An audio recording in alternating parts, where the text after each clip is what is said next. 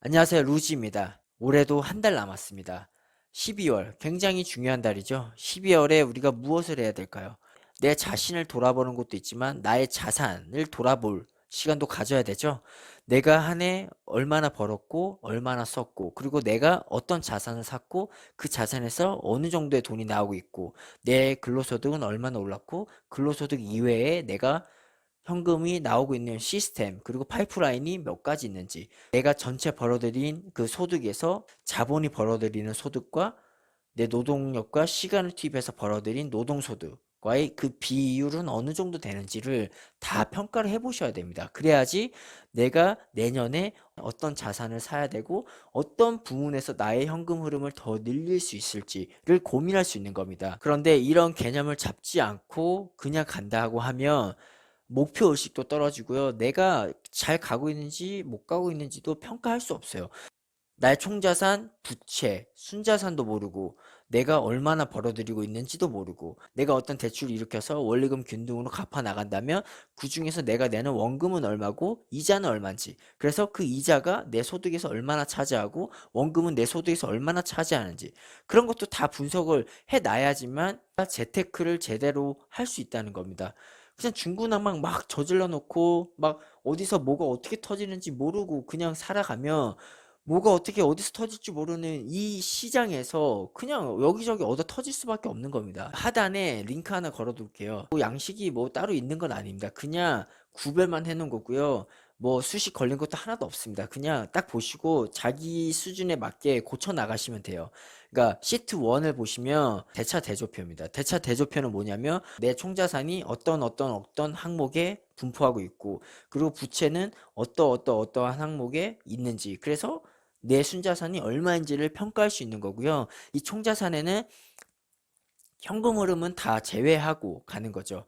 그러니까 내가 부동산이 있으면 부동산 KB 시세를 적는 거고요. 주식이 있으면 주식 총 가치를 적는 거고요. 뭐 골드바가 있으면 골드바 기금속이 있으면 기금속 가치도 환산해 적고, 내가 어떤 연금을 투자하고 있다면 그 연금에 얼마 부었는지 그냥 적어 놓는 거고요. 부채면 내가 뭐 신용대출, 뭐 마이너스 통장, 담보대출, 뭐 여러 가지 뭐 대출 받은 거, 그리고 전세 보증금, 월세 보증금 이런 걸 다 쓰는 거죠. 그렇게 해서 빼면은 세금을 제외하고 내가 가지고 있는 순자산인 겁니다. 다 팔아도 이 돈은 남아 있는 거죠.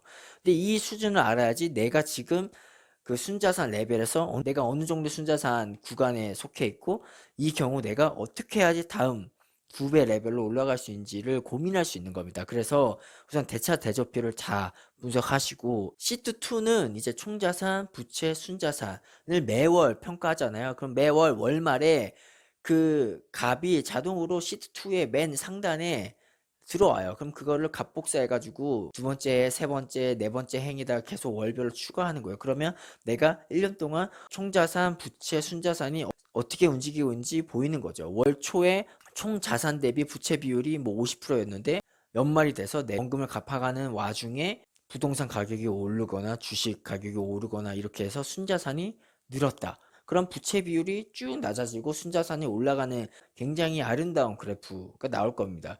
그런 것을 자기가 매월 매월 보면서 느껴보라는 겁니다. 0.1단이라도 움직이면 여러분 성공하고 있는 겁니다. 그리고 세 번째 시트는 뭐냐면 현금 흐름표입니다.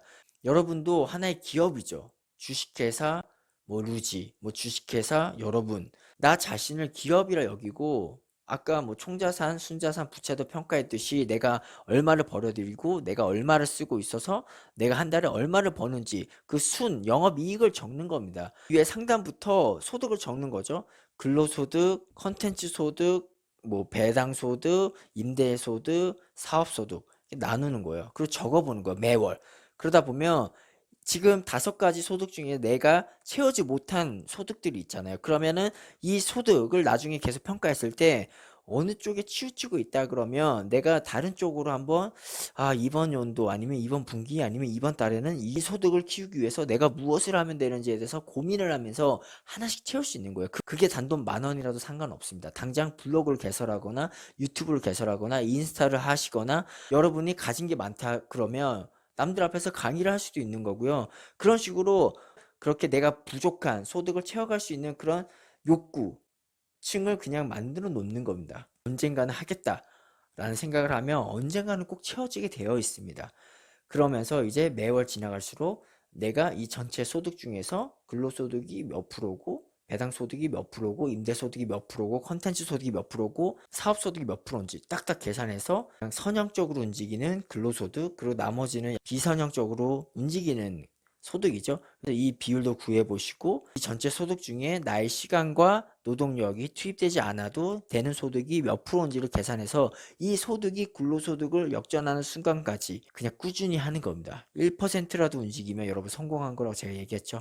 계속 하다 보면 언젠가는 근로소득이 인플레만큼 오르는 것 이상으로 이 비선형 소득들이 따라가는 그런 순간이 올 겁니다. 그 순간까지 계속 해보는 겁니다. 꾸준히가 정말 중요한 거니까요. 그리고 두 번째는 이제 내가 어떤 분야에서 쓰고 있는가 적는 거죠. 원리금 균등으로 내는 대출이 뭐 5가지다. 5가지를 다 적는 거고요. 그 5가지 중에서도 원리금을 같이 적는 게 아니라 원금과 이자를 따로 구별해가지고 적는 거예요.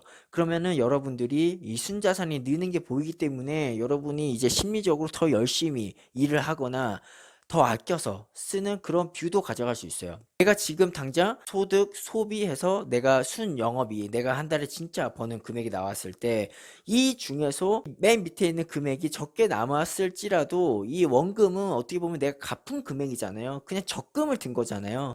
왜냐면 내가 원금을 내가 갚은 거니까 돈 번 거나 똑같은 거죠. 따지면 따로 적어놔야지 여러분들이 동기부여가 된다는 겁니다. 재테크에 있어서 한 달에 원금으로 얼마 내고 이자를 얼마 내고 그런 것들이 딱딱 나와야 됩니다. 우리 집 생활비에서 어떤 항목에서 많이 쓰고 있는지 그런 걸 딱 보는 겁니다. 근데 가계부라는 거를 너무 꼼꼼히 쓰면 그것도 일이 되기 때문에 그렇게 하지 마시고요. 가계부는 그냥 뭉뚱그려서 쓰셔도 상관없습니다. 그러면 여러분들이 꾸준히 하는 것에 있어서 방해물이 될 수 있기 때문에 저도 그래서 그것만큼은 정말 상세하게 쓰는 노력은 안 합니다. 그냥 교통비, 출퇴근은 뭐 22일 하면 하루에 뭐 5천 원 들면 막 곱하기 해서 이렇게 그냥 그렇게 계산하라는 겁니다.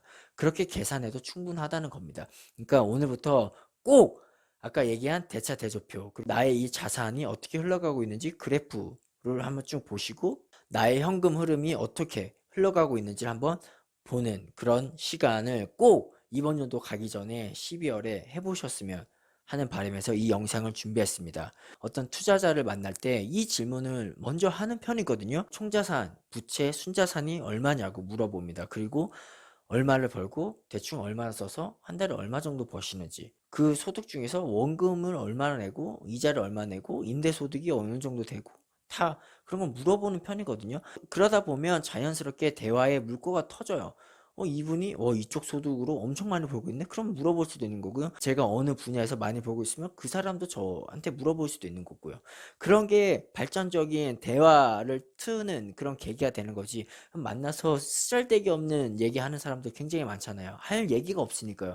그러다 보면 뭐 연예인 얘기하고 정치 얘기하고 막 이런 식으로 새는데 그렇게 다가가야지만 투자자를 만났을 때 뿐만 아니라 어떤 사람을 만났을 때 좀 자연스럽게 자기 이런 자산 현황을 좀 밝히면서 같이 더 친해질 수 있는 계기를 만들 수 있다는 겁니다. 근데 여기서 그걸 왜 묻냐 부터 해가지고 막 돈밖에 모르냐 돈 얘기 그만해라 돈 얘기하는 사람 제일 싫다 이러면 지금 20, 40대 나이에서 그런 얘기를 한다 그러면 조금 진짜 이 자본주의 시스템을 모르는 사람입니다. 그리고 진짜 힘든 경험이 없는 사람이에요. 그런 분들하고는 조금은 거리를 두면서 내 자산을 쌓는 그 시간이 꼭 필요합니다. 오늘도 이것저것 얘기했지만 결론은 내 자신을 그냥 하나의 기업이라고 생각하시고 나를 가치 평가를 해보는 겁니다. 나의 총자산, 부채, 순자산 그리고 이 한쪽에서는 나의 소득, 소비, 순수 내가 벌어들이는 이익이 얼마가 되는지를 구하셔가지고 이 두 가지를 봤을 때 나의 지금 자산 건전성이 어느 정도 되는지를 한번 평가해 보시라는 겁니다.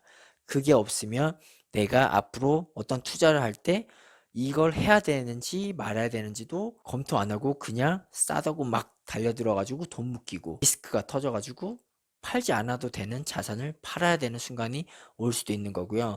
내 순이익이 어느 정도 되는지 알아야지만 내가 지금 못 사더라도 나중에 이렇게 했을 때 6개월 뒤에 얼마를 모아서 이걸 살 수 있겠다라는 자산 계획이라도 세울 수 있으니까 내가 지금 가진 게 없을수록 꼭 이런 행위들을 해서 자꾸 자극을 주세요. 내가 이렇게 가진 게 없구나. 아니면 내가 어느 정도 이렇게 벌고 있구나. 이렇게 자극을 자꾸 가져가라는 겁니다. 그러지 않으면 지쳐서 결국은 내 주변에 있는 90% 사람들처럼 살아갈 수밖에 없는 게 지금의 현실입니다. 가만히 있어도 넘어뜨리려고 하는 이런 자본주의 사회에서 내 자신을 넘어서 내 자산, 현황도 모르고 이 자본주의를 살아가겠다라고 생각하는 것은 정말 바보 같은 생각이라는 거 꼭 기억하셨으면 하고요. 우리 구독자분들은 분명 성공할 수 있을 거라 저는 믿습니다. 오늘도 긴 영상 시청해 주셔서 정말 감사하고요. 다음 시간에 또 뵙겠습니다.